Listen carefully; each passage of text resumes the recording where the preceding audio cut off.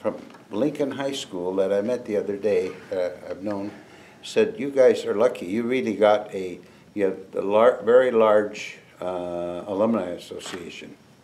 I do believe it's the biggest one in the nation. That's what they claim. More than 20,000 people on the mailing list, and that's just amazing. It's further unusual that you guys get together every year. Yeah. As an alumni. I mean, other high schools, they've never heard of that. So let's start from the beginning. And I know you grew up in Seattle, and then you... I was born in Longview. In Longview, okay. I was born in Longview, Washington. Will my glasses have any effect on you? Whatever you want to do is fine. The glasses are fine. You look great. I was born in Longview, Washington. 1926. And I lived there until 1931. Okay, so until you were 5. I was not quite 5. I was about 4 3/4. And are you filming now? Yeah. I'm just going to adjust this, but go ahead. Okay. And my father and mother were the only Greek couple in Longview, and we had no Greek community at all, like there is Portland or Spokane or Seattle. And my father decided he wanted to go back to Greece one more time, and his parents were still living, and so we went there for a 6-month trip, and we were stuck there for 6 years before we could get back. 6 years. And so, and I read on that website that you did not know English when you came back. That's very true, because I had never been to school in this country, and I was scheduled to enter kindergarten in the fall of 31, and I found myself in Greece, and I didn't speak Greek when I got there, so I had to learn the Greek language, and since I didn't have any basis for the English language, not having been able to school to read or write it, it disappeared from me in the 6 years I lived there. So that's amazing that you lose a language, you gain a language, and then you have to gain that original language back. That's something. And then, so Longview to Greece, and then you're 11 years old? I'm still 10 years old when I come back here. And you came back here? We came to Seattle. My mother and father were married in Seattle in 1921. Okay. And we came to Seattle because we felt that my father felt he could have a better future here. So we were destitute. We had $36 to our name after we came across the Atlantic Ocean steerage and 4 days across the United States in a Greyhound bus, and we landed in Seattle on the 4th of July, 1937, and no place to sleep or eat. There were 4 of us. I was a little under 11. My brother was a little under 15, and we had $36 to our name. Now, you grew up in Longview, or you were born and raised a little bit in Longview. Why did you come back to? Why did you come to Seattle from Greece? What was it? The idea that the big city had more jobs? My father felt that his opportunity to find a job and support his family would be better in Seattle. So that's the reason we came to Seattle. And my mother, when my mother first came to America, she came to Seattle in 1920. My father came here in 1908 as a 15-year-old youngster on his own. So they already knew Seattle? Yes, yes. Were they in West Seattle at the time? We rented a place on 45th Northeast and 9th Avenue for a month, and it was about a month. But let me back up. In 1917, my father was in Anchorage, Alaska. He went there in 1916, actually. He went there with 60 Greek immigrants to work on the Alaska Railroad. And in 1917, one of his close friends asked my father to loan him some money so he could send dowry back to Greece to marry his sister, and my father obliged and loaned him the money, which he paid my father back. Now, here we are, 20 years later, we're in Seattle. This is 1937, and the gentleman that borrowed money from my dad in Alaska in 1917 had a very successful bakery in Tacoma. And through the Greek Western Union, you know, telephone, telegraph, and telegreek, he found out that my father, and we were destitute financially, and he got a hold of my father, and who went to Tacoma to speak to this gentleman, and he says, "Gus, I want to help you." Gus being my father. And my dad said to him, "Chris, thank you." And he says to my dad, "How much money do you want to borrow?" And my dad says, "Well, can I borrow $500? And my dad said, well, Chris said to my dad, $500? He says, "What are you going to do with $500? He says, "Well, if I make it, it'll be fine. If I don't make it, I won't owe you very much money." So he loaned my dad $500. And my dad had a first cousin, a bachelor that lived in Seattle at the time, and he loaned my dad $100. And with that, in August of 1937, I believe it was the 15th of August, to be honest with you, which is a big holy day in our faith. It's the Assumption of the Virgin Mary. And my dad opened up this little eatery, which was right across the street from the West Waterway Lumber Company and the National Fruit Canning Company. And What was it called? National Lunch. We all pitched in, and it was a family effort to get this thing going. One of the things that we did, he had a wood-burning stove. Can you imagine cooking in a restaurant with a wood-burning stove? And in those days, the West Waterway Lumber Company and in the United States, they had no use for the bark off the logs. So they discarded them. Well, and the berry boxes from the National Fruit Canning Company, when they were not as stable as they should be, they break them up. So we would get the kindling from the National Fruit Canning Company, would get a load of wood from the Spring Hill Lumber Company, and once the fire got started, we got the bark for free, and we'd put it in there, and that's how we saved money to cook and keep the fire going in the restaurant. How did he pick that location for the restaurant? Oh, he found a fellow that had a restaurant for sale, and it was $500, and my dad had the $500 he borrowed, and we ate there, and I washed dishes on occasion.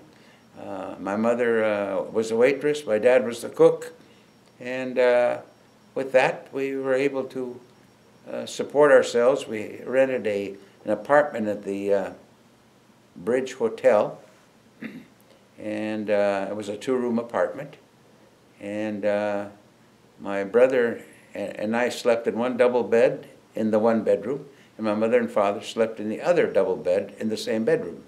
It was survival, and we did it. And it was in the middle of the Depression. Yes, it was 1937, and things were very tough yet. And that was when your family moved to West Seattle, was when your dad opened this restaurant. Yes, that's what brought us to West Seattle. Okay. And so that's Riverside. It's actually Riverside, you're right. And people don't realize what Riverside was then. Well, let me tell you about Riverside. In 1938, by the way, I learned how to speak English. Oh, by the way. took a little while, and when I came back from Greece, I had finished the 5th grade in Greece. They put me back in the 5th grade, so I was actually set back a year because I couldn't speak or read or write English. So after one semester, I was advanced from the 5B to the 5A, and halfway into the 5A, they skipped me to 6B. And that summer of 1938, I went to summer school to make up the 6A, and fall of 1938, I was right up with my class in the 7th grade. And are we talking Youngstown Elementary? It was Youngstown School when I started there, and which has been renamed Frank B. Cooper, and I can tell you about that. So anyway, in 1938, I had a paper route, and it started at the fire station on Spokane Street, and it ended along Riverside all the way to the Clinker Sand and Gravel Company, which was 2 miles. What paper did you deliver? Seattle Times. And it was Route 258. And I had about 50 customers. And along Riverside, there were homes. There was a Presbyterian church. There was a grocery store. And there were several people that lived on houseboats on the Duwamish River.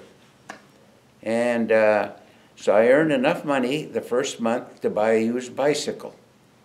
And instead of walking the route 2 miles and then catching the bus that summer for 2 cents to ride back to where we lived, I now had a bicycle to deliver my newspapers. They had didn't they still have the streetcar then that went up the hill to Highland Park and That Darien? was streetcar number 4 Uh-huh. that used the tracks of the Northern Pacific Railway, and then when it got to the Abrahamson Brick Company, it went up the side of the hill. And they had a cave-in, and they repaired that, and then it caved in the second time, and there was one streetcar left up by Highland Park, and they took the motors out of it and let the kids play in it till there was nothing left of it. That was the tail end of the streetcars. Well, it was 1940 when the streetcars were taken out of Seattle. What people today don't realize what a streetcar was and what it was like to ride it. You remember riding it? Very well. It was, well, let me tell you what we did on Sundays for recreation. You could get a 4-hour transfer. In other words, 4 hours from the time that you took the streetcar until you could board it anywhere else in the city, and that cost 8 1/3 cents each for my parents, and 2 cents each for myself and my brother. So you take, it was less than 20 cents, a little over 20 cents, 21 cents. On Sunday, we would take a streetcar and go downtown and see a double, 2 movies and a vaudeville show, and hurry back to the First Avenue to get on the streetcar so our ticket did not expire. And for less than 25 cents, as I said, we went downtown and back, the 4 of us, on a Sunday. And that was part of our entertainment in those days. That's quite an accomplishment for you to come to this country and actually catch up so quickly with your classmates. And also, some might think you had it double tough because you're in the Riverside neighborhood, which is a real, hands-on neighborhood, and didn't have some of the privileges that some of the people up the hill did. Well, it was certainly not the best neighborhood in Seattle. It was quite family-oriented by the Croatians, the Serbs, and a few Greeks that lived there, and they were fishermen, and there was one little grocery store there at the time. Well, there were 2 grocery stores on Riverside. Henry Dimmel's, which was halfway on my paper route, and of course the one right there at where the Croats lived.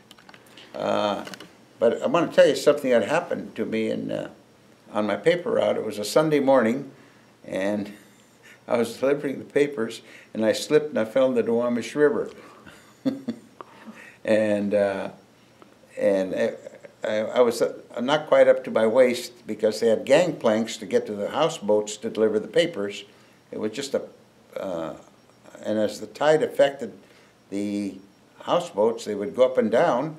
Well, and it was raining, and I slipped, and but somebody came along and helped me, and by the grace of God, helped me deliver the rest of my newspapers because I was a pretty wet little guy at the time. But you had a first-hand encounter with the Duwamish River, that's for sure. Yes. So, did you ever get out of Riverside, besides getting on the streetcar to go to the movies downtown? Did you circulate throughout West Seattle? No, not that much. I stayed pretty much in Youngstown, and in 1940, 39 to 40, they changed the name of the of Youngstown School to Frank B. Frank B. Cooper. Cooper, who was a superintendent of the Seattle Public School District. And in fact, his wife was my history teacher at West Seattle. And they also changed the name of 24th Avenue Southwest and called it Delridge Way. What they did was try to improve the image of the neighborhood because it was, at that point, it was one level below Georgetown. And Georgetown being the poorest economically and socially district in Seattle. And so when I graduated, it was actually Frank B. Cooper School. There were 24 of us in our graduating class, and I know of I think only 2 of us left from that class. And by graduating, you're talking about going through 8th grade. The 8th grade, that's right.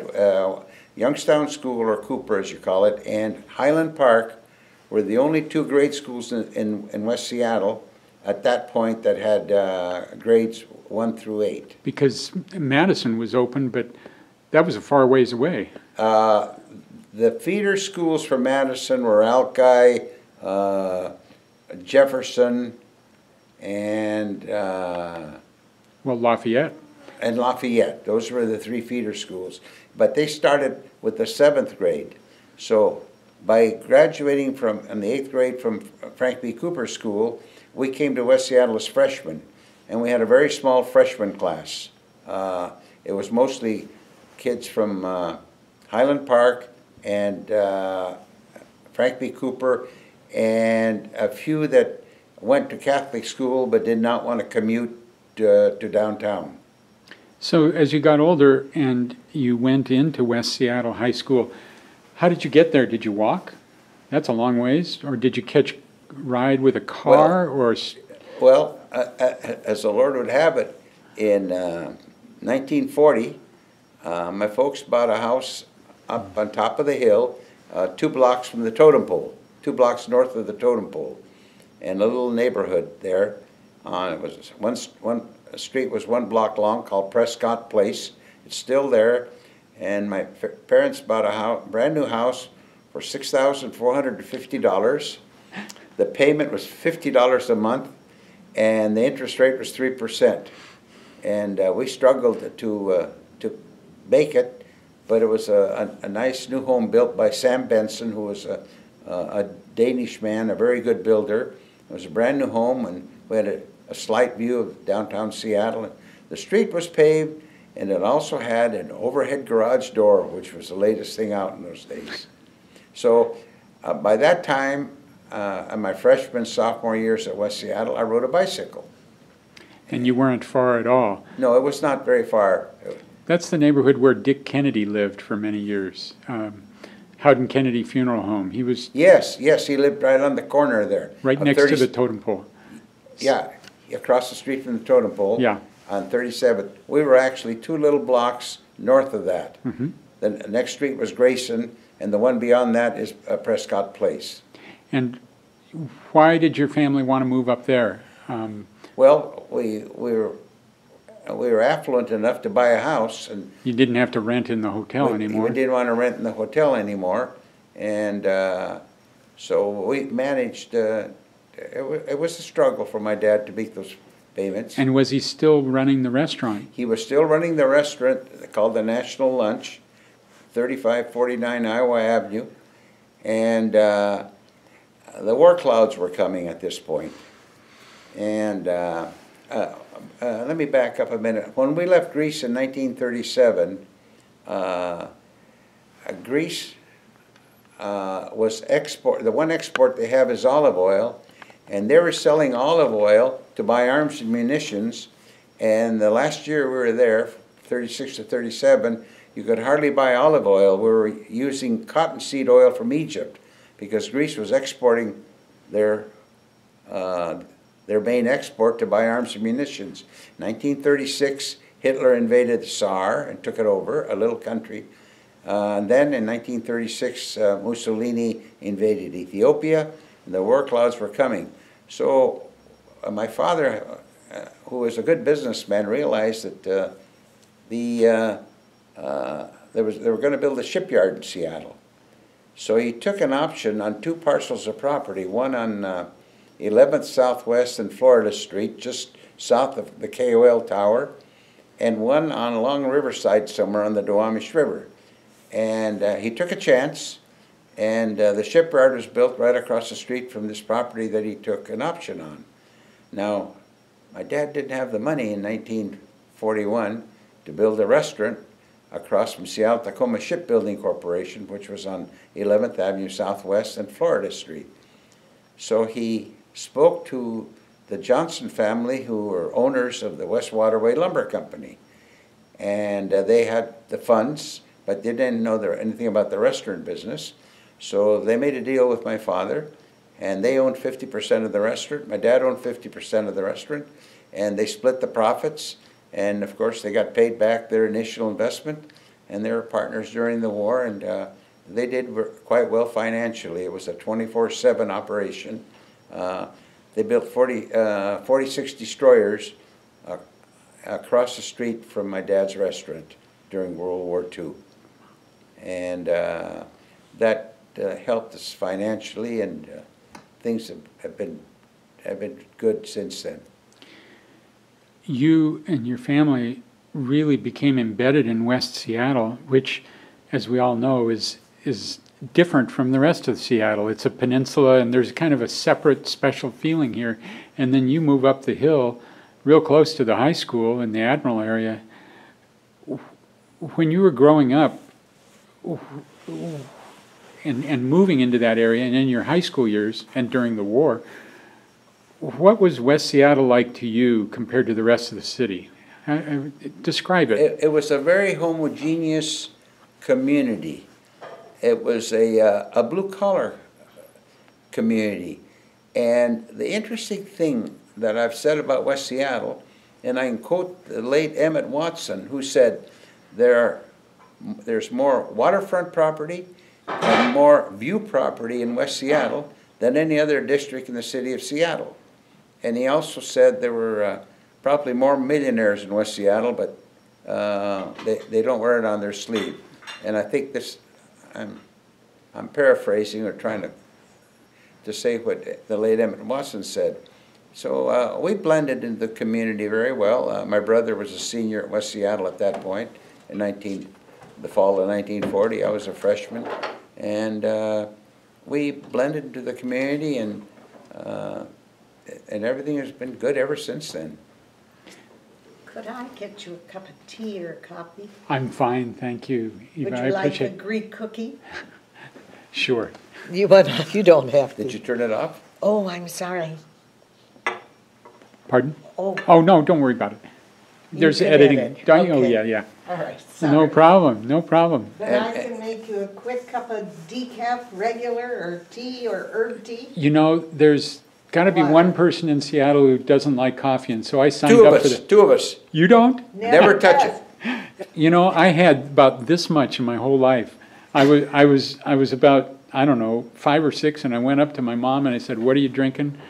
And she says, "It's coffee." And I said, "Could I have a sip?" And she said, "Yeah." And I thought, how could anybody? I tried it 3 times in my life. Once by accident, once when I was in the Navy, and the 3rd time to prove Eva that I would try it. So I have a Keurig that makes 1 cup of coffee. Can I get you water or anything? I'm fine. I'm absolutely Okay. fine. If Jerry's fine, I'm fine. Okay. So, when I've talked to other people about West Seattle during the war in the high school years, what they remember is Hiawatha and the barrage balloons and the soldiers station. We had Describe all of that. Paint the picture, because people don't realize today with that park what was going on there. forget the park. Yeah? We had soldiers stationed Yeah. at the north end of 37th Southwest, sleeping in tents. And when it was a cold day, we would go down and talk to them and take them some hot coffee or some soup or something like that. We also had troops stationed on Hiawatha Playfield, and we had those dirigibles or hot air balloons on cables. and they would be, they would raise them and then lower them back down according to what the needs were. My dad's restaurant had to have all the windows painted black, and there were 2 doors to get into it. And the windows on the doors were painted black so that no light could be seen. We also had, during the war, we had gas rationing. We had, I remember Boeing Field, of course, which was the Boeing airplane factory, which looked like a street scene, which a lot of people have seen. Right, that photograph that Yes, looks like it's a street scene, but it's only about yay high. that's right. Yeah. That's right. And anyway, and I remember the gas rationing. I had, well, regarding the gas rationing, I had a 1930 Chevrolet I bought in 1942 for $50. The insurance cost on it was $51.25. Remember, I was only 16. And we were allowed 4 gallons of gas. So in order to travel a little further, we would put cleaning solvent in with the gas, and we would put mothballs in the gas tank, which supposedly was supposed to give it octane. I don't know if it worked or not. So I would park my car at the top of Admiral Way and start it by compression, because there wasn't enough octane in when you mix gasoline with cleaning solvent. And by the time I got about halfway to 2/3 way down in compression and choking it, I was able to get the car started. And then and that's how I squeezed 4 gallons of gas into 8 gallons of gas that we were allowed. And then I bought a second car, so I now had 8 gallons of gas legally a week. The mood of the community and of the nation then was pretty, Esprit de corps. very strong. Very, very strong. We had news on the West Seattle High School newspaper, the Chinook. Every week we would have news of who went in the service, who was injured, and sorrowful to say, of who was killed in action or in basic training. A lot of the students dropped out of school to join the military, and the class of 1942 took the biggest beating in casualties, by far over the class of 41, 42, 43, and 44 that I was in school for 4 years. They also drafted older people from our class. I know of one in particular that they didn't let him finish high school, and he was a football player on our football team. But there's a real esprit de corps. We would collect tin foil and take it to the local fire station. We would have drives to sell war bonds.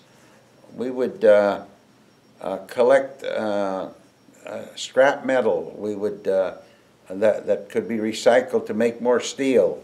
I really can't go into total detail because meat was rationed, sugar was rationed, butter was rationed. There were so many things that we did without, and it was out of necessity because when the war started, we were not prepared to fight a war, not by any means. And then, I mean, people look back and they say, oh, World War II, we were in it 4 years. But when you're in it, you don't know how long it's going to last. That's very true. After my graduation, my senior year, I enlisted before I was 18. And in those days, if you enlisted when you were still 17 with your parents' signature, and you could enlist in the branch of service you wanted to, as long as you passed the physical. And one sideline, I've been wearing glasses since I was 11 years of age, and I still have pretty good vision. Even to this day, I don't need glasses to drive. But I was afraid I wasn't going to make the the physical. So somebody said, you better drink a lot of carrot juice and go down to the security market. And so every day during the summer of 1944, before my birthday, I went down to the security market and bought a quart of carrot juice, and I drank it every day. And when it came time for me to pass the physical, a few weeks before my 18th birthday, I passed it with flying colors, and my father had a sign for me, and I enlisted in the Navy for DOE, duration of emergency, not knowing how long we were going to be in. And another factor I might point out, the majority of my classmates that went in the military went in the Navy, a big preponderance of them. I guess maybe because we've been in near the naval facilities of Bremerton. Oh, and getting back to one other thing, on Pearl Harbor Day, our Boy Scout Troop 285 had 3 cabins over by Manchester. And there was a direct ferry from Manchester to downtown Seattle in those days. And our cabins did not have any electricity, and it was right next to the Naval Reserve, where they store fuel for the naval ships.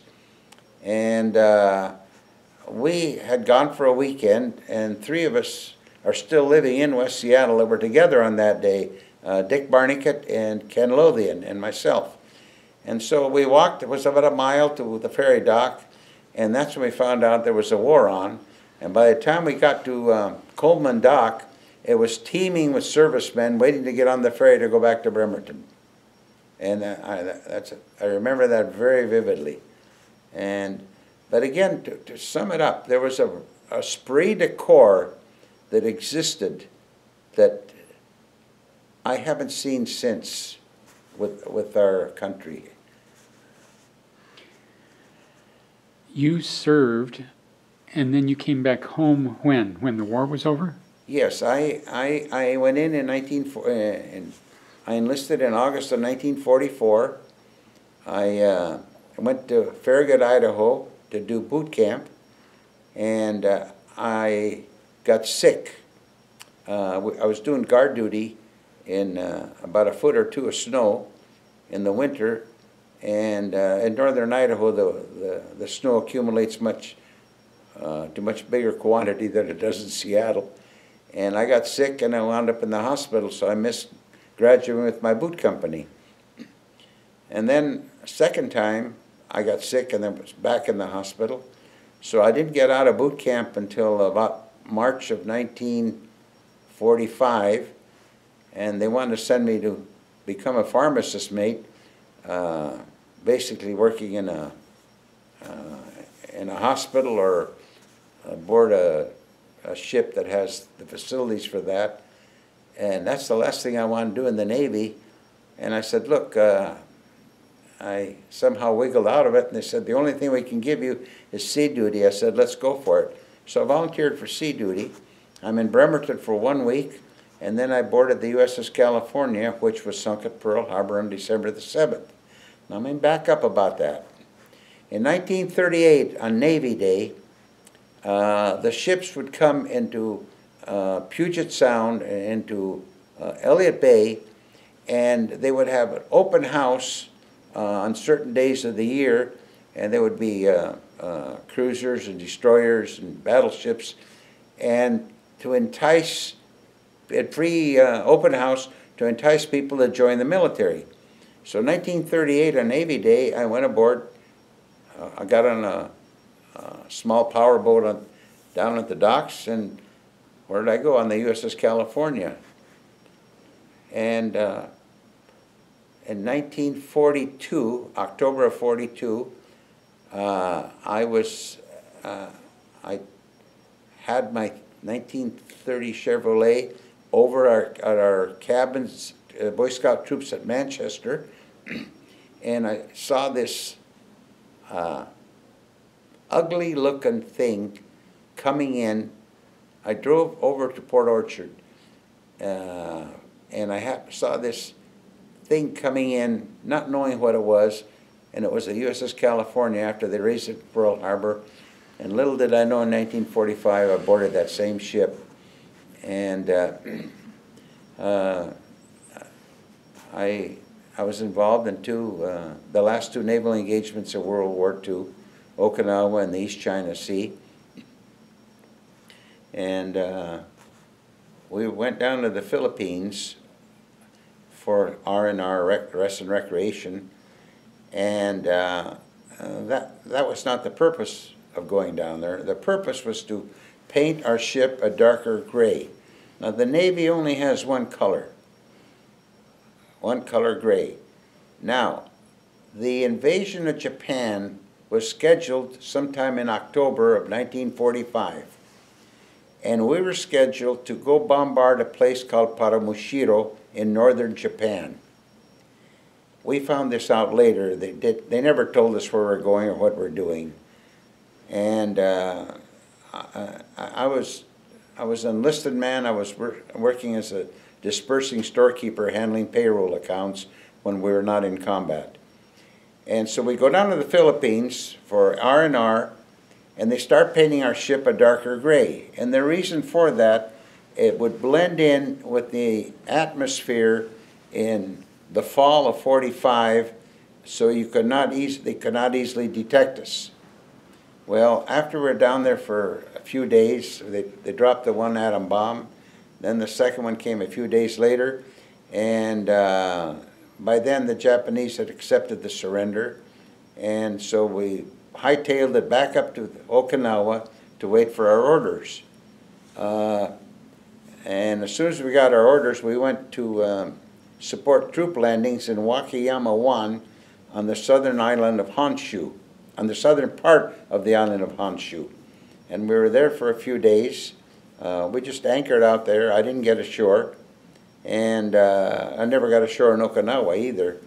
And so after the peace treaty, and there was a rumor going around the ship that they were going to sign the peace treaty on the California, but I think it was too much to push in the Japanese face to sign it on a ship that they had sunk.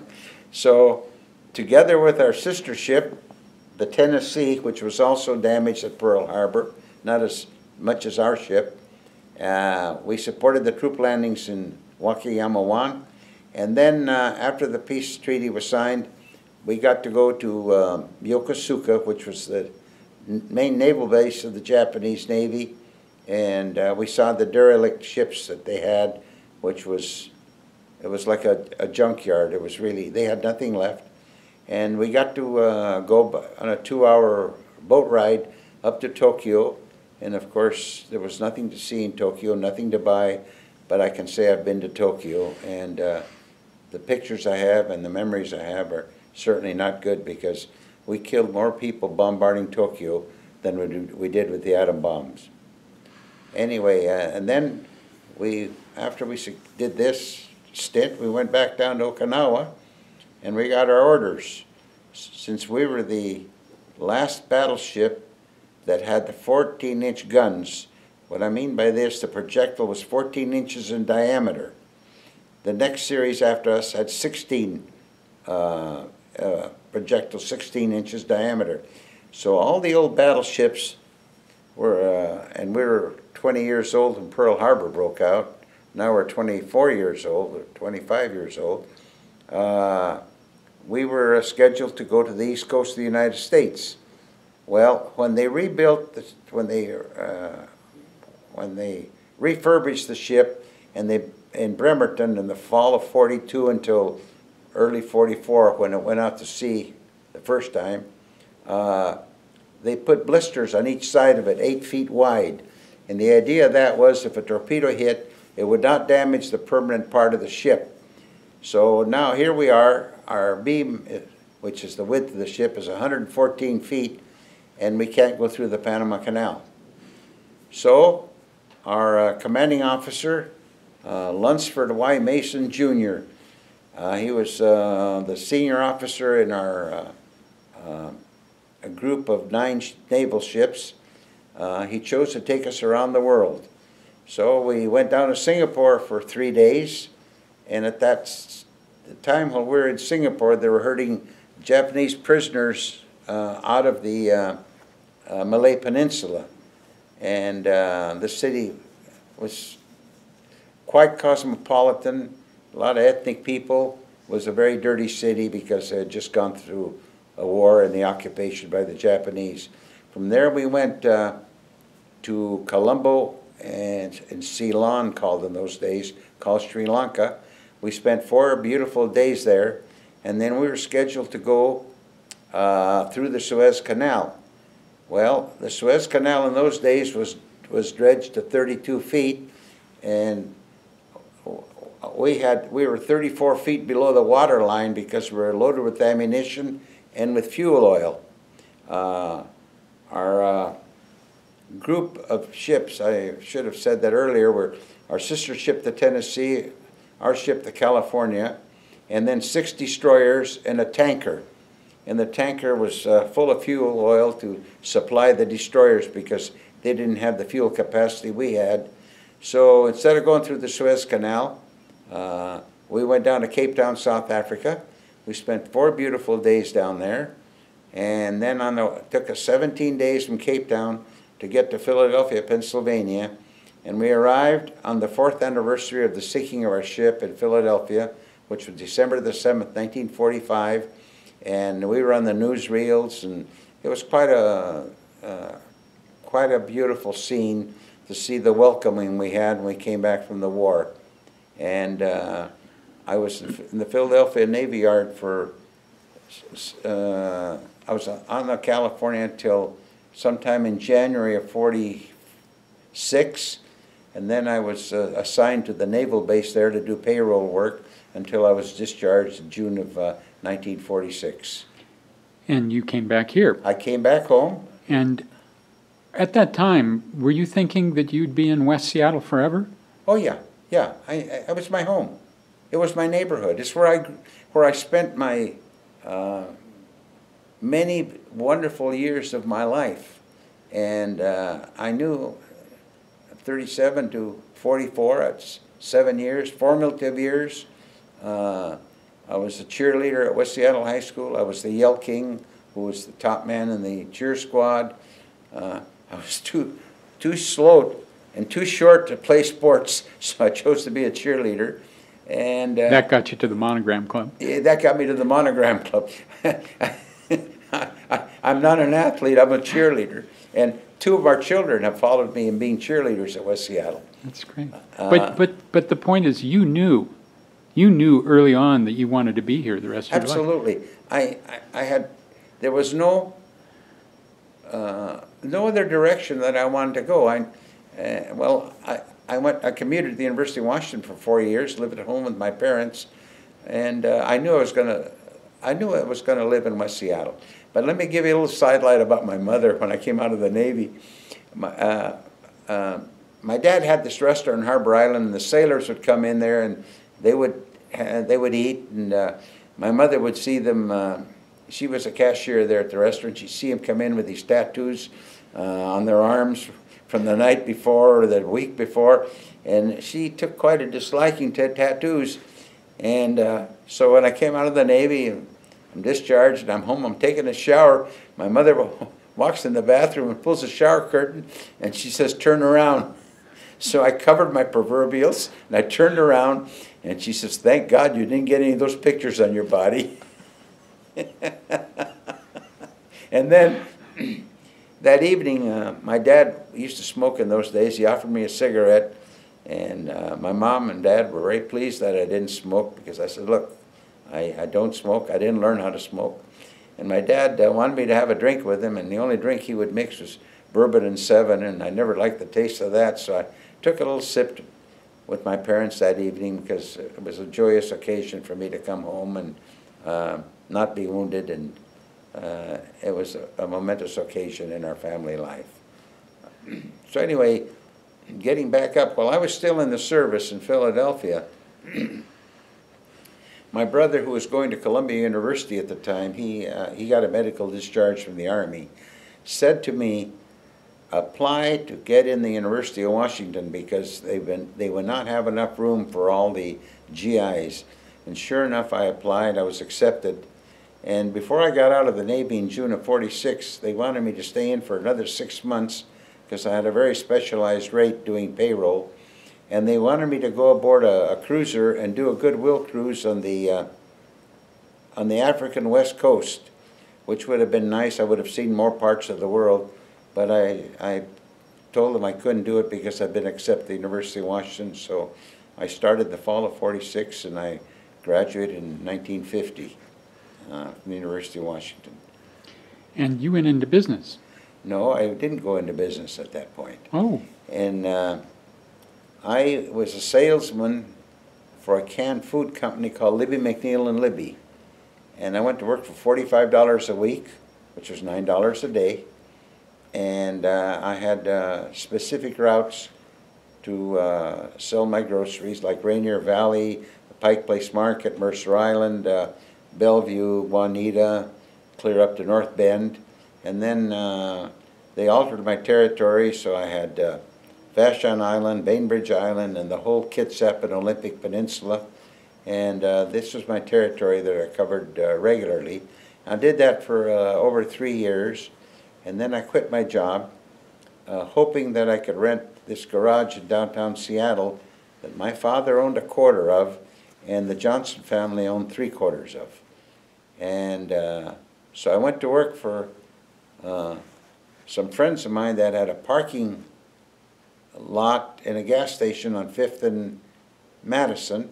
I went to work for them for free just to learn something about the business, hoping that I could lease this garage, which I was successfully leased, and I just started my 63rd year on that corner. that same building. The same building, right across from the Rainier Club, catty corner from the Columbia Center, and it's been a very good ride. I started a car rental company, started off with 3 cars, and there were name changes and mergers, and in 1988, I was one of the owners of Budget Rent-A-Car Washington and Oregon, and at that point we had 4,000 vehicles on the road, and we were self-insured. And Joe Diamond of Diamond Parking was one of our partners, and John Kane was the other partner. And we sold it to the parent company, Budget Rent-A-Car, out of Chicago in those days. And I have a lifetime contract to be a rental agent for them at my location. And that was in 1988. And maybe they didn't think I'd live this long, so it's been, what, 16 and 12, but that's 28 years later. I'm still there and still rent their cars. People who know you know that your work is a big part of your life. Well, And so you're downtown a good deal, I'm even today. I go to work when I'm in town every day, and quite often on Saturdays, but I do take time off to be with my family, whether it's skiing or going to Disneyland or fishing in Alaska or whatever it was. My family is very important. Tell me about, I mean, we can talk about the work in the garage, but I really want to know about the non-work life here in West Seattle for you over these past 60 years. What have you done in West Seattle? How have you kind of made your mark? Where have you moved? Where's your family moved? Tell me a little bit about your home life in West Seattle. Well, let me tell you why I happen to be, this home happens to be in this location. And describe that. Describe this home and the location. The home is on the corner of 57th Place Southwest and Southwest Orleans. Mm-hmm. In 1940, 2 brothers, natives of Greece, were fishermen, been here for many years, and they built a new fishing boat. And in 1941, the war broke out. In early 1942, the United States government said to the 2 brothers, there were Chris and Nick Caiaphas were their names. They had this very lovely fishing boat. They would fish in Alaska in the summer and as far as Ecuador in the winter, in Peru. And Uncle Sam said, what'd you pay for your boat? They said, what was it, 35,000 or I forget the amount it was. And said, okay, here you are, we'll pay you, and we're taking your boat and we're going to make a minesweeper out of it. So here are these two fishermen, now had this lot of money and didn't have a job. So they bought this hillside where my family home is, and little by little they partitioned off these lots. So in the week I graduated from the University of Washington, they had a sailboat, and they took us over to Blake Island, and we spent the day with them, and then we came back. Chris, the younger brother of the two, said, I want to sell you a lot. I said, Mr. Caiaphas, Monday tomorrow I'm going to be on my first full-time job in my life. I went through college on the GI Bill. I lived at home with my parents, and I have no money. I am broke. And he said, I want to sell you a lot. I said, Mr. Caiaphas, I don't have any money. He said, I want you to be my neighbor. So he made a deal with me. He said, I'll sell you this lot. You pay me as much as you want to, whenever you want to. So I bought this lot for $3,500 from him. We have 108 feet on the view side here, and anyway, there were hardly any homes around here, and little by little I paid him off, and here I am, a bachelor, and I own this free lot, free and clear, and I live at home with my parents. And in 1953, at a church youth convention in Birmingham, Alabama, after I'd quit my job, I met this lovely young lady, and 4 years later we were married. And we've been married for over 58 years. We've lived in this house for 55 years, and it's been a very good ride.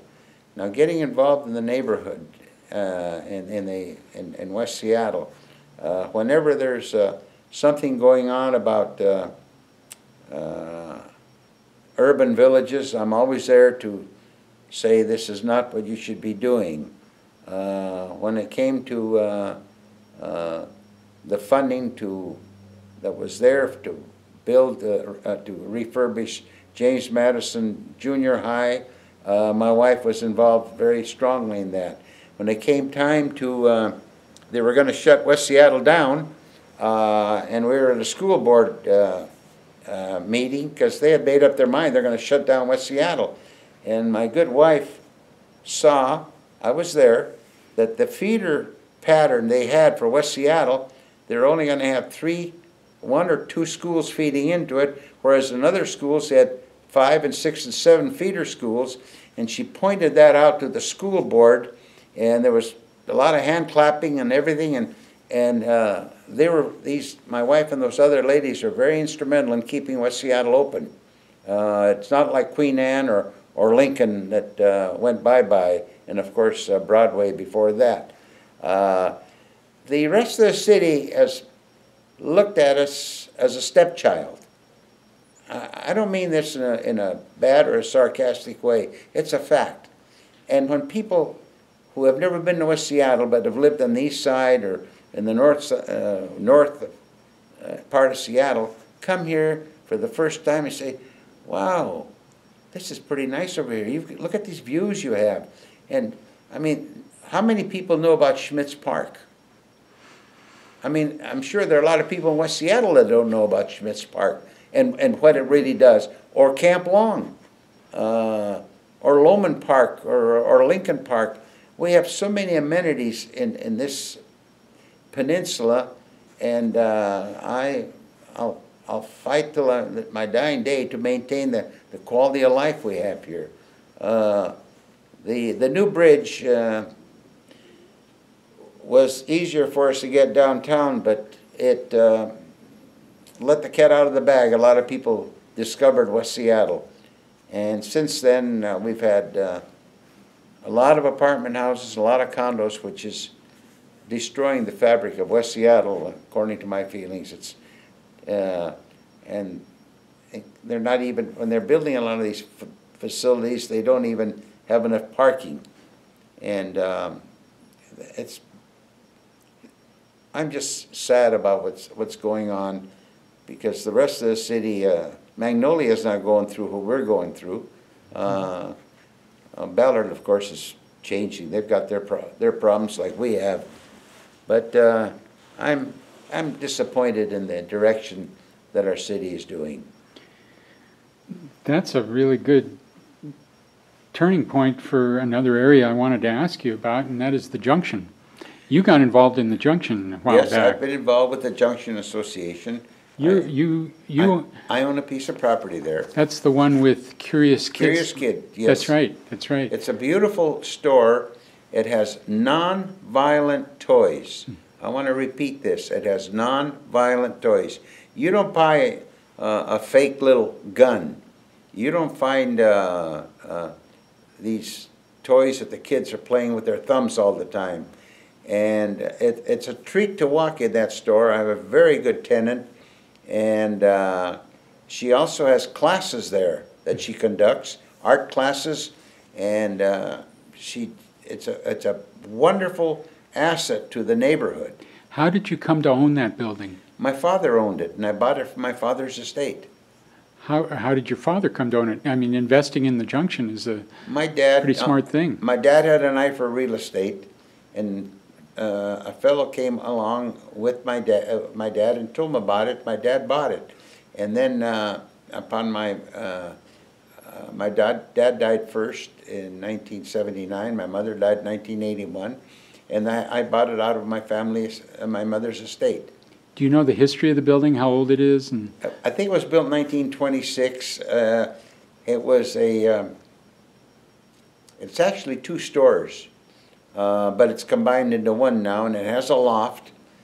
And for a while, it was a photography studio. About when did you acquire it? My mother died in 1981. It was probably 1982, I guess. And you say photography, you're talking about Murray's? Murray's, yes. Okay, so it was Murray's. Yes. But you said there was another storefront there too. No, there are two. There are actually two stores. Right. The one door is secured, but if you look at it, it had two storefronts. And it's a beautiful building. It's a wonderful building. Yeah. It's a real asset to the neighborhood. Mm-hmm. And there are only, I think, maybe two or maybe three stores like it in Seattle that sell nonviolent toys. It's a good point, and I don't think a lot of people know that. I mean, a lot of people love that store. I shop there for gifts for my nephews and nieces all the time, and my granddaughter. But I would not have been able to say that that's one of their distinctive factors. But you're right. Now that I think of all of that place in there, none of that stuff is in there. It's great. They're very selective. Extremely selective, and it's even if you're not going to buy a toy for a youngster, just walk through it. Mm-hmm. I mean, it's an amazing array, inventory of learning toys. Mm-hmm. To me, it's as much as a fixture as the Husky ice cream cones. And I mean that seriously, because, that's a fixture that serves a specific purpose at the Junction. Who was it that came, started a ice cream store right on? Was it Ben and Jerry's? Ben and Jerry's. They weren't there very long. Why? Because Husky. Yeah. I mean, I'm nothing against Ben and Jerry's. They have a very good product, but you don't fight Husky. So obviously, I mean, you love the tenant you have. What do you love about the building itself? It's a one-story building, and it gives you that small town feeling. I hate to see these apartment houses or condos that are going up that are 3 and 4 and 5 stories high.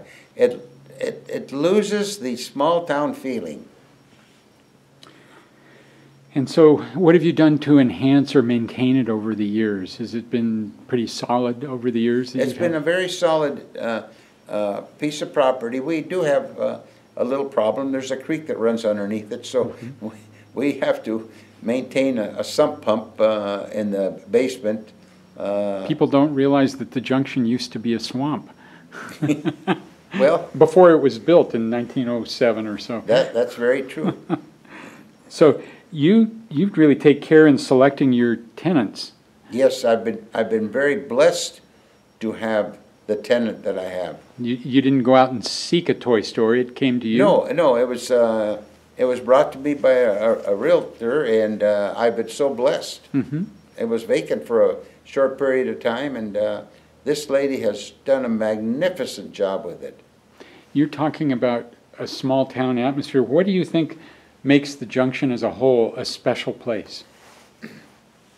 Well, I think it's perhaps that bridge. We're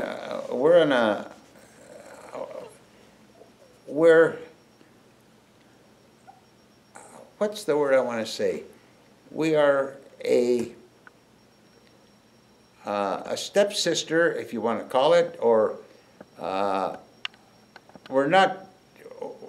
The bridge is what joins us to Seattle, the rest of Seattle.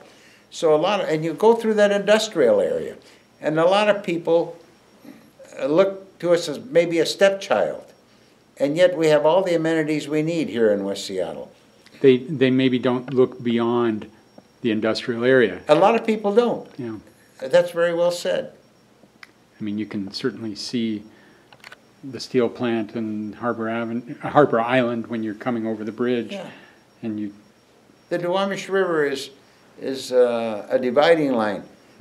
When our daughter was going to the University of Washington, some of her sorority sisters had never been to West Seattle, and they were amazed at what they saw.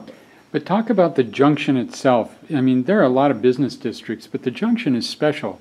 What makes it special? What makes it different? Well, I think there's well, look at the hardware store as an example. It's a great hardware store. They're competing with the box stores, and yet they do a beautiful job, and they have people there that'll help you. Say, I'm looking for a specific light bulb, and so and so is a specialist on light bulbs, and it's a small town feeling in part of a big city. That's the way And it sounds like, given the way you describe your building, that the buildings are a part of that small town feeling. They are. That the scale and the age. Tell me what contributes to that with the buildings. I mean, they're certainly not a box. No. It's the one story, and in some cases 2 stories, that existed at the Junction until this developer came in and built it just north of my property. I really didn't want to see that. I have to be honest. I'd like the people. You can walk there and you feel that it gives you the small town feeling where you know people.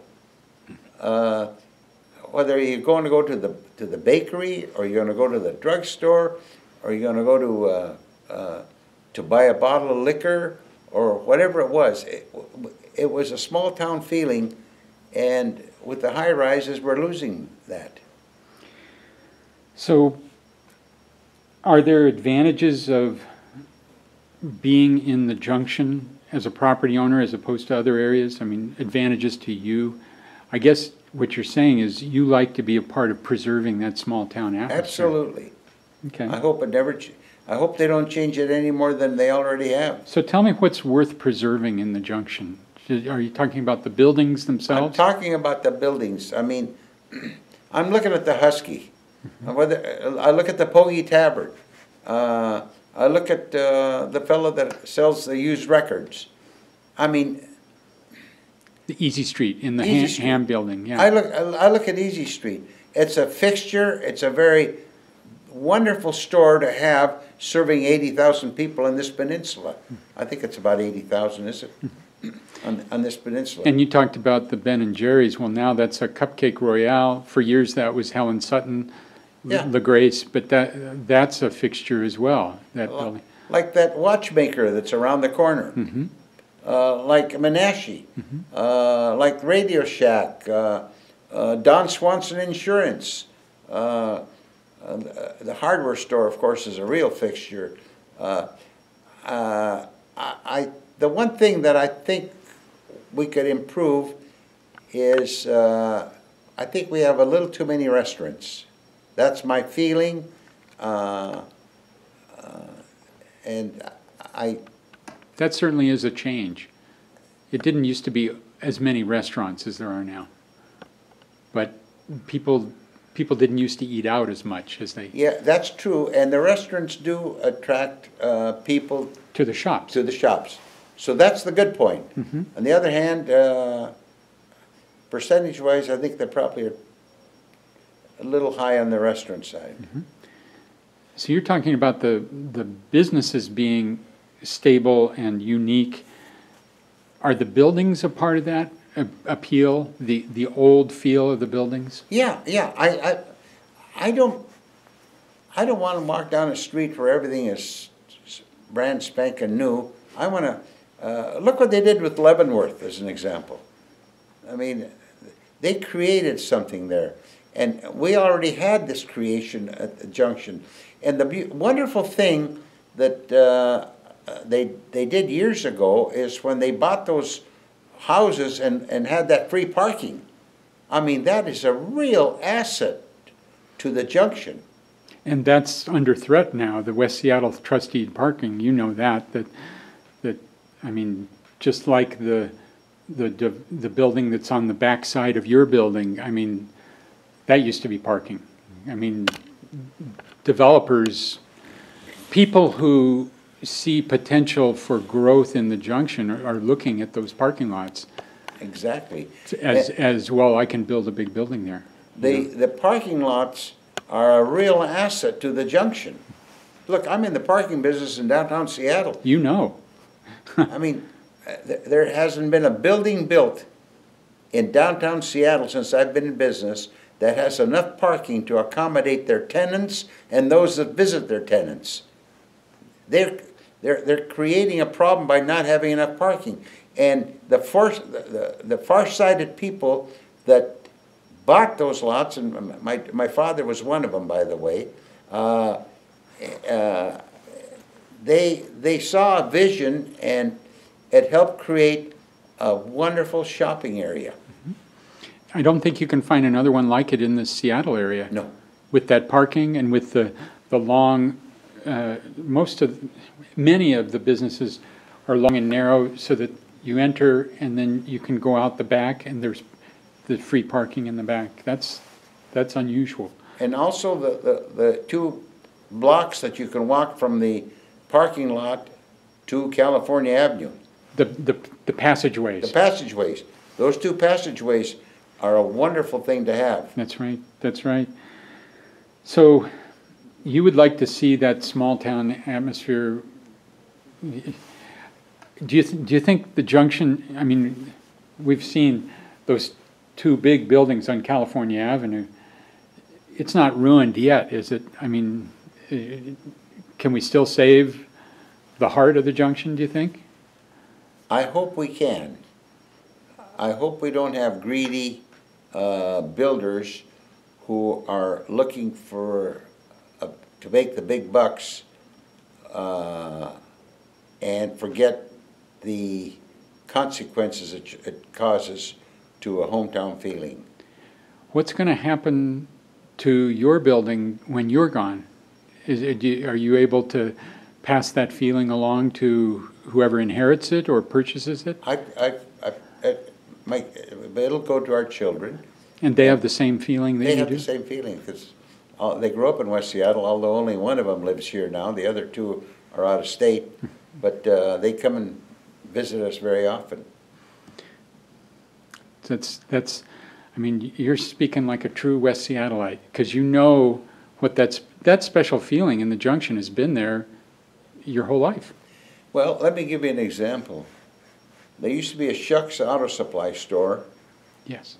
and when I was a kid, he had a box of bolts and nuts and screws and washers that he collected from people coming in and buying a part and everything, and I paid 50 cents for this box.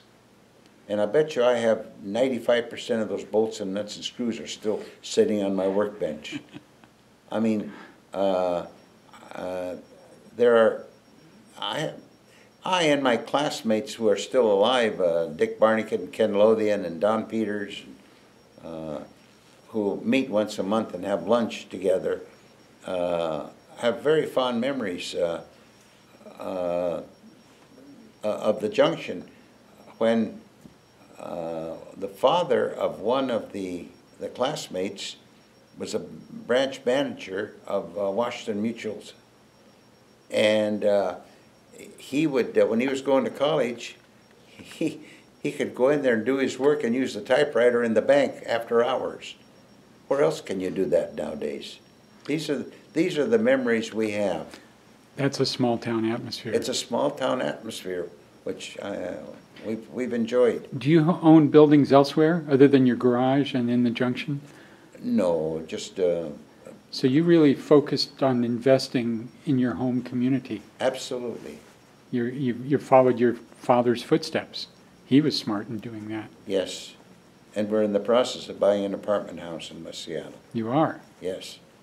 You're not. Are you leaving? You're not leaving here, are you? Or are you No, no, to no, no, no. to move in? Oh, We're- okay. We're in the process of buying an apartment house on the northeast corner of 45th and Alaska. Northeast of 45th and Alaska. Is that a Northeast corner. northeast corner of 45th? Oh, okay. And that's one. Is that one of the older ones? Yes.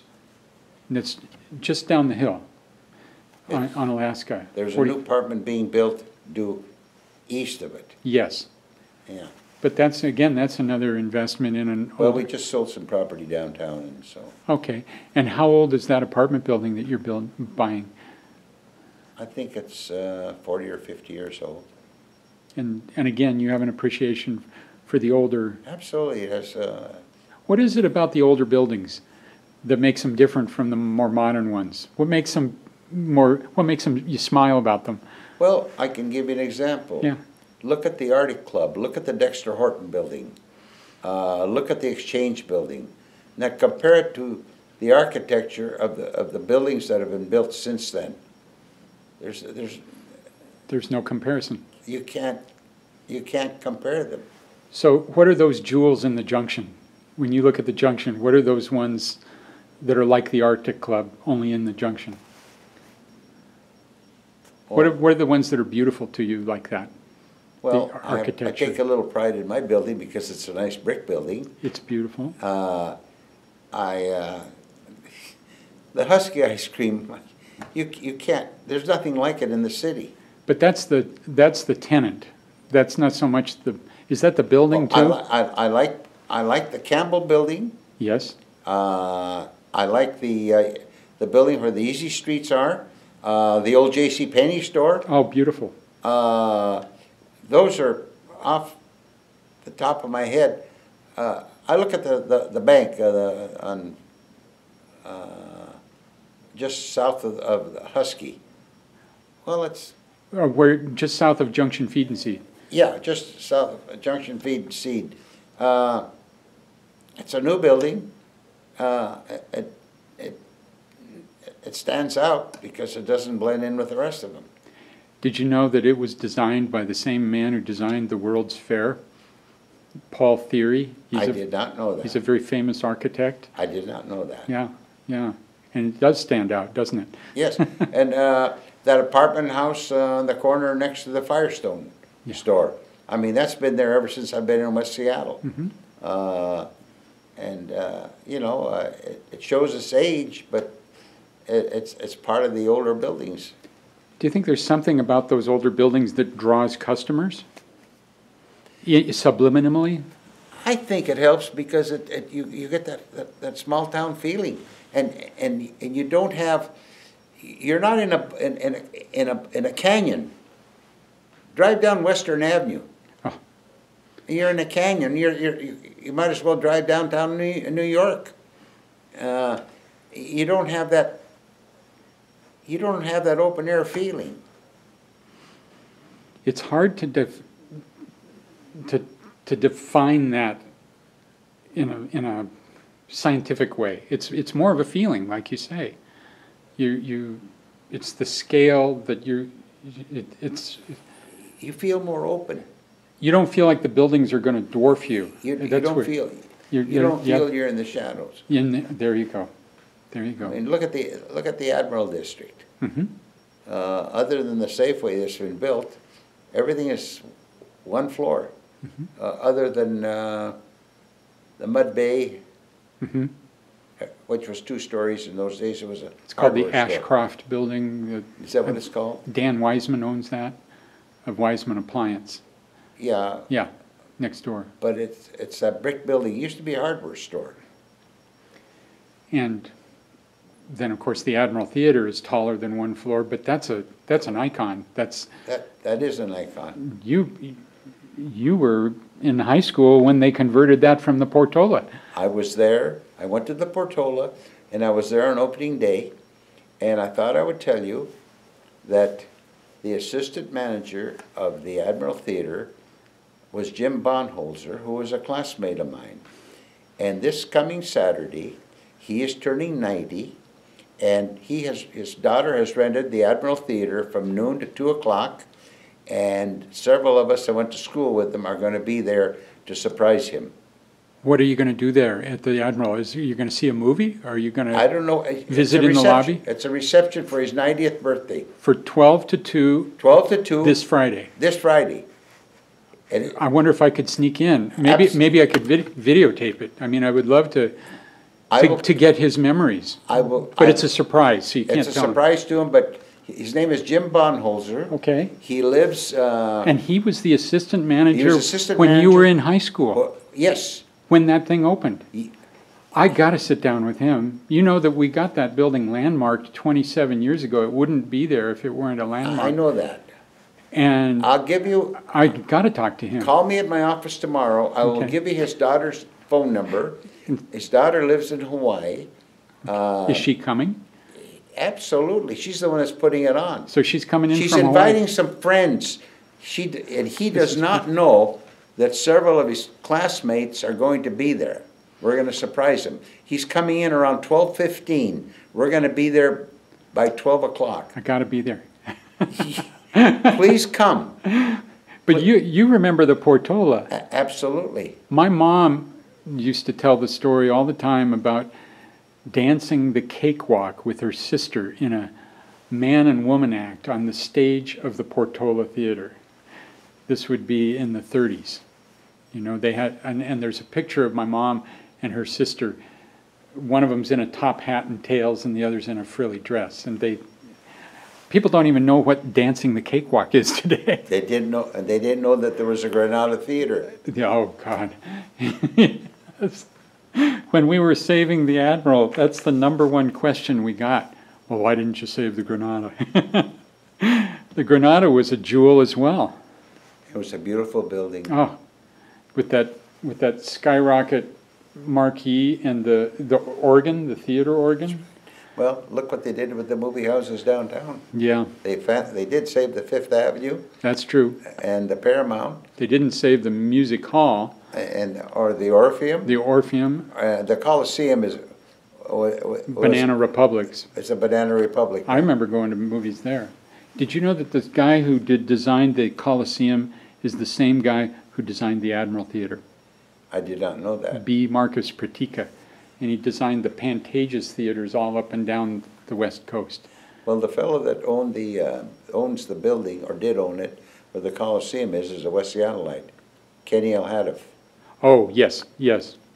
The Alhadeff family, there's lots of them in West Seattle. There's Mike and Marjorie and down on Beach Drive.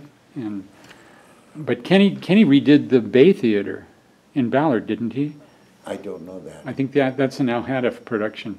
And they used to be, weren't they Longacres? Yes. Okay. His father-in-law, or was it his father? His father, Maury Alhadeff was his father. There we go. I remember now. Maury Alhadeff was his father, who owned Long Acres. Mm-hmm. Yeah. And do Alhadeffs still own the Coliseum building? I believe that Kenny sold it. I'm not Okay. sure Yeah. about that. That was such a shame. That was a unique theater. It's a- Did you ever go to a movie there? Oh, yes, as a kid. Yeah. One time when I went there, I climbed all the way, I mean, the seats went way up. Way up there. And they went up to a point where it was like a row of 5 and then 3 and then 1 seat. On Exactly. and I went to that top and I looked down and I had to look between my legs to see the screen. It was so tall. Well, then we had the Blue Mouse and. Oh, the Blue Mouse, yes. And of course, the, where we went, There was the Colonial.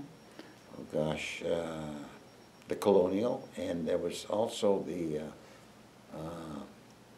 where Jerry did the,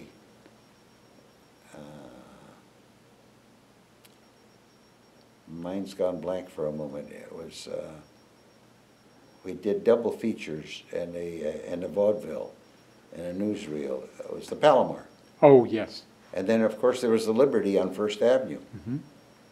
Do you know, I don't know if it's in this, I don't think it's where your building is in the Junction. If it's in your building or right next to it, there was a movie theater there called the Apollo. That I did not know. That predates you. And we've only found references to it in the 19-teens and early 20s in the early West Seattle Heralds.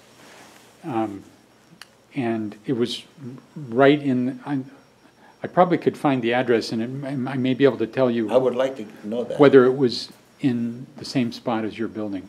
If it wasn't the same, it was right next door. A small theater. Apollo was its name. The one nice thing we have is the theater we have at the Junction, Arts West. Arts West. Yes. Tell me about that. I mean, that's only 20 years or so. Is this? Yeah. Oh, did it stop? I don't know. Nope, it's on. It's on. I The still got Arts some juice West- left. We've gone to some productions at the Arts West Theater, Mm-hmm. but we haven't gone lately because we were a little disappointed with one or two of the productions. Mm-hmm. They were off center, unfortunately, so we've stopped going. They, you can see it in their new logo. It's got a box, and then the letters come out of the box. They say that they're out of the box. They're trying to do things that are different. But the presence of a theater in the Junction is a big asset. It's great. Yeah, It's a great addition to the district. it's a beautiful theater too. We went, I contributed to it when they built it. I was happy to do it. And, well, that little park we have there on Alaska and 42nd, Yes, that's a nice addition to the district. it is. It's got some benches there. These are the things about the Junction that I like. Well, what you're really talking about is legacy. I mean, people like you who see that vision, I mean, when we're all gone, that stuff will be there. At least we hope it will, for our grandchildren, you know? I wholeheartedly agree with you. Yeah. Ever worn you out? No, not at all. Not at all. Talk about your family, your kids. Are they connected to West Seattle, or will they be in the future? Well, our oldest son, well, our two boys did posters of athletes. Right, and they were down in Alki, weren't they? No, they, Where were they when they were doing? They were all the rage. after my mother died Yeah, in 1981, yeah. the two boys lived at my mother's house and Up on Prescott. Prescott Place. And my wife and I were kind of disappointed. Between the two of them, they had 3 degrees, and they were eating the canned fruit that my mother had made, and peanut butter sandwiches, and they were unemployed, doing nothing. Between them, they had 3 college degrees from the University of Washington in the Business Administration School. And one of the boys got the idea to go to the Stanford game. So I was able to get him a free car in San Francisco, when I was an owner of Budget Rent-A-Car, I called the guy in San Francisco, sure, gave him a free car. So he took 240 T-shirts with him, and this is when Prince, the Purple Rain, Yes, a nice pun. and instead of Purple R-A-I-N like Prince had, made that song famous, Purple Rain, R-E-I-G-N. So he didn't have a business license. He did clear with the tax commission in the state of California, and he's standing in the parking lot of Stanford Stadium, and he's not saying a word. He's holding up these T-shirts, and he made enough money to pay for his airfare and have a few bucks left over by selling 240 T-shirts At an away game. at an away game. So he got the idea, and then they decided that they're going to do posters of athletes. And they did Kenny Easley. If you come to my office, I'll show you the original poster autographed by Kenny Easley. Mhm. And they went down to some alley in Pioneer Square and filmed him, and they sold a lot of them. So then they went and got Jim McMahon, and they took 40,000 of his posters to London when the Chicago Bears played the Cowboys. They sold 40,000 posters in London. So then that's how they took off, and they had the business for several years, and they sold it. And anyway, our oldest son lives in Lake Tahoe. He's married late in life. Which one is he? His real name is Constantine, but he Okay. goes by Talk. Okay. He was the financial part of the two. He was the inside man. Yeah, John was the hustler, going out and getting the business and Sure. getting the athletes. John lives right up here on Manning Street. oh, he still does? Yeah, he bought Don Swanson's house. Oh, okay. Yeah, he lives. It's actually on the same block we're on. Mhm. And then our daughter Marianne, 24 years ago, married a young man from San Diego, and she's been living there ever since. But all the kids come home. They were all here for Christmas. That's great. And John, does he intend to be in West Seattle? He'll never move. And what is he doing? You said they sold the poster business. What is he doing to keep satisfied? Well, he has had several irons in the fire. He's looked after my brother in New York, who is in his declining years. He helps a lot of people. That's his forte.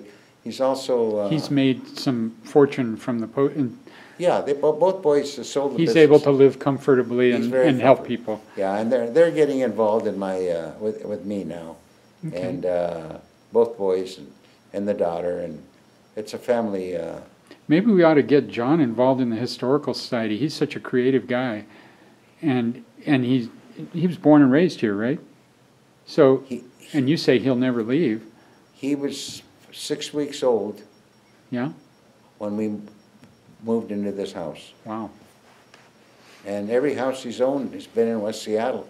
He had a house on 37th. No, he had one on 41st in Charleston, just on Charleston.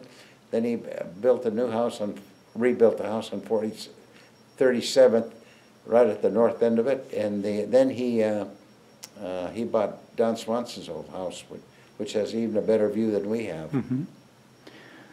Well, I'll find out from you how to get a hold of him. I mean, it sounds like he'd be, I mean, I know he's got his hands full, but you know, our mission is to educate people about how special West Seattle is and its history, and to preserve these things that you're talking about. And I bet it would just be hand in glove for him Well, to he get was student involved. body president of his class.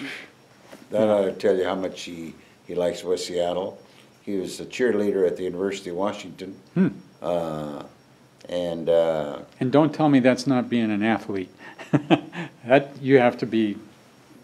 You have to be disciplined. he, during the football games, he would walk from the goal line on his hands, and he made it up to 80 yards on his hands. Wow. Did it more than once. Then basketball season, he would stand on his hands at the foul line and put the basketball between his legs, flip it up, and get it the basket. I'm just thinking out loud here.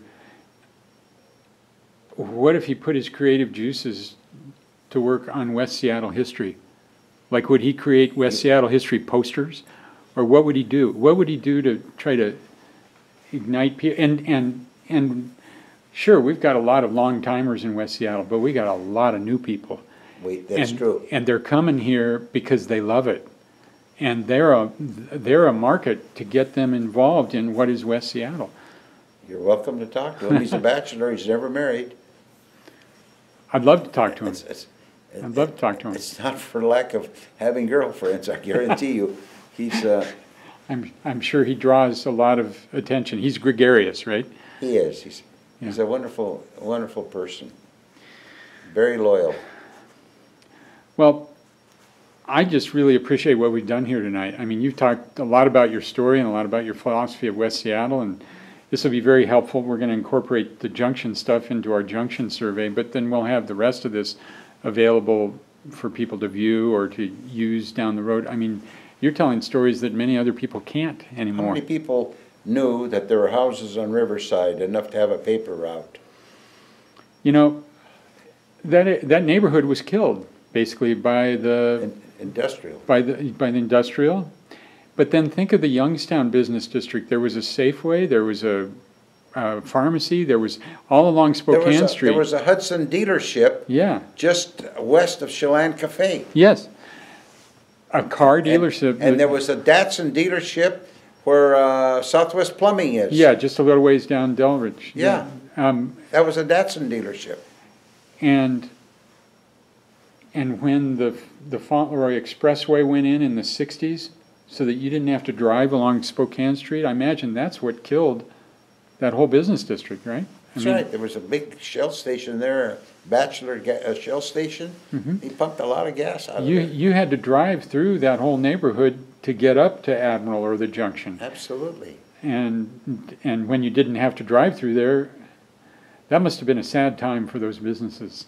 Absolutely destroyed them. You know, like we have a summer home over on Hood Canal in Belfair. They're trying to do a bypass, and it'll hurt some of the businesses in Belfair. It's just like the freeway system did to some of the small towns across the country.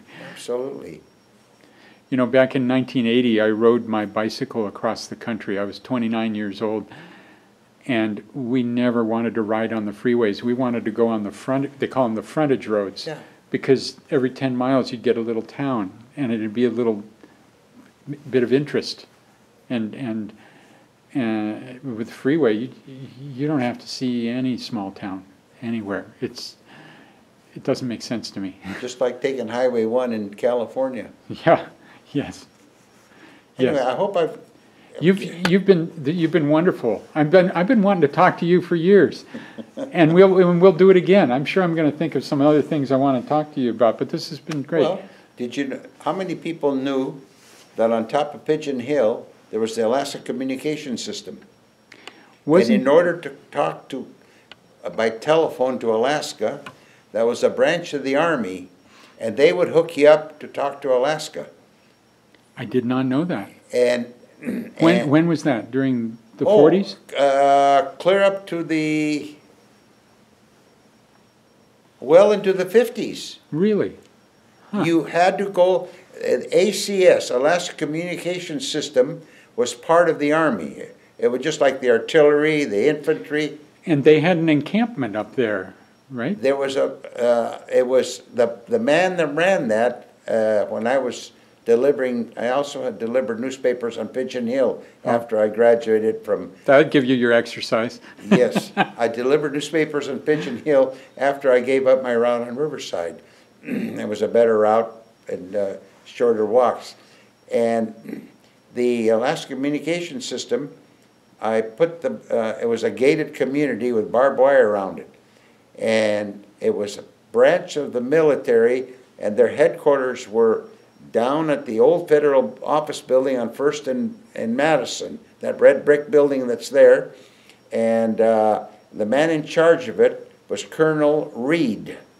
In fact, his daughter was a classmate of mine in Youngstown, or Cooper School in West Seattle.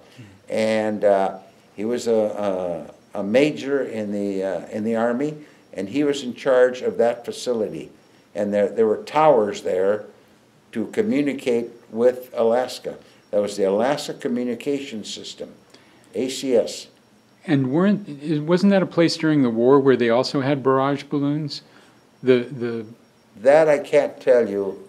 I know it was military up there because of it's where the elementary school is now. The new I don't know what they call it, Pathfinder or something. But well, they called it Cooper for a while. Right, and there were underground bunkers up there.